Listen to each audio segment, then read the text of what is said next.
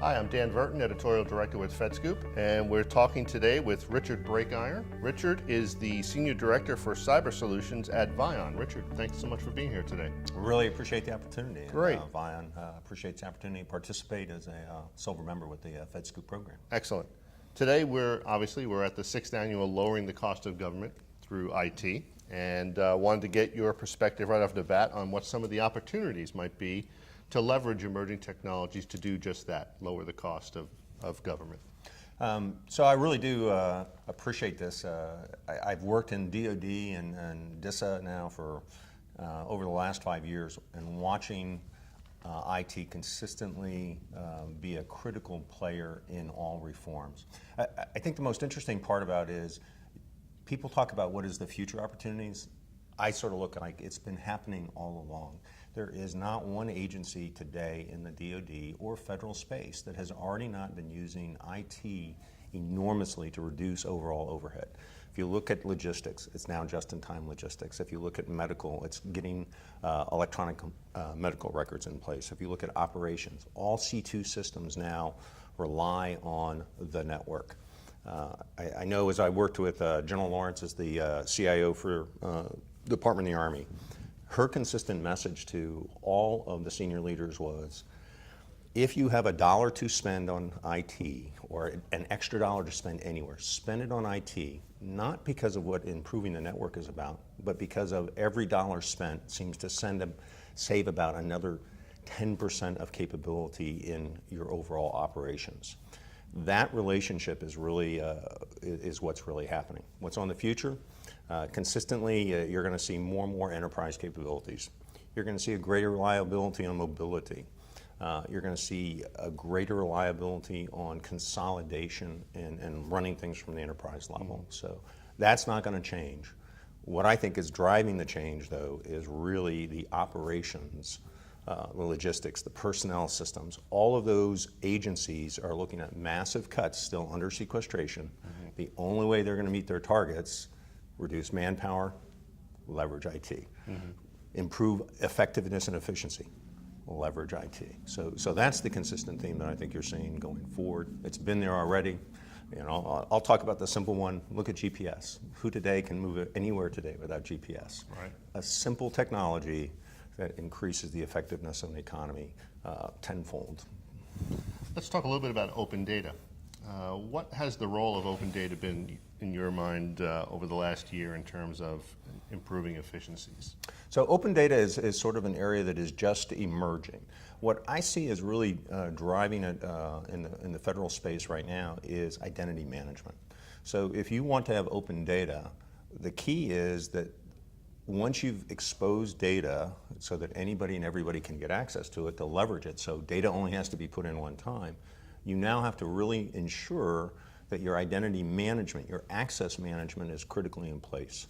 So what's driving that, and again, I'll go back to my roots in the DoD, is getting an authoritative database, getting a identification card capability, a common access card, the CAC card, in place that says, this is Richard Breakiron, this is his position in the government space, and here's the data he has access to. Once you get those pieces in place, that's the foundation to then allowing open data. The criticality for open data is being able to eliminate duplication. You've got I think close to 3 exabytes of data that is now on the World Wide Web. The key is in federal space, you have a similar growing, almost a petabyte worth of information growing every week. How do we start managing and getting rid of the duplication? Because that's an enormous driver in all of that. Earlier you mentioned, obviously, the budget pressures that agencies are under. There's a lot of talk about this rush to the bottom, lowest cost, lowest price, technically acceptable, so on and so forth. Is it still possible, and are agencies still getting value out of their acquisitions in IT? So this is an interesting solution that the government is being driven to. As they've seen budget cuts, what they're really looking at is the major systems integrators have not always been able to deliver on what's promised. So they are starting to take in-house the attitude, well, some of this technology is such that we can actually manage that integration role ourselves. And so that's why if you buy the components as Legos, you sort of say, okay, I can actually put the monitor and the desktop and the keyboard together. Some systems at the enterprise level are getting to that level of simplicity. But what I really see is happening in industry and government is to manage that is doing things as a service. If you see that almost 8 out of every 10 major IT investments in the US government as a system have major issues, the healthcare issue with being one of the most recent ones. You all of a sudden realize that how is it that the government can get industry to share that risk? And it really is going to be as a service. So no longer is the government going to say, I need this capability, and no longer are they going to be buying boxes. They literally are going to turn to industry and say, I need this capability. I need a data center. I don't want to buy the data center. I don't want to run the data center. I just need the capability. I want to put my applications there. I want to put my data there. And here's the standards of quality and service. I need 2-hour response time if it fails. That's really what you're going to see, I think, emerging coming forward. A best value sharing as a service. Mm-hmm. Let me ask you to take out your crystal ball and look maybe into the future 5-10 years. What will the federal IT enterprise look like, in your opinion, and will it in fact cost less money to operate? So the dynamic is what I go back to again. If you invest dollars in IT, you will reduce overall operations of government as a whole. So I personally think that you're actually going to see at the margin monies in IT investment, even if it's under the guise of cyber and cybersecurity, which is truly a growth industry and continuing to get increased spending in response to what we're seeing day-to-day on day-to-day attacks on the network. What you're going to see in the government space, I think, is much more common enterprise solutions, so enterprise services, the DoD going to a common enterprise email. You're going to see that in unified capabilities as well. More and more services are really going to come at a enterprise level. You're going to see mobility. Mobility really might even be a solution for VDI. So you hear a lot about going to the virtual desktop infrastructure.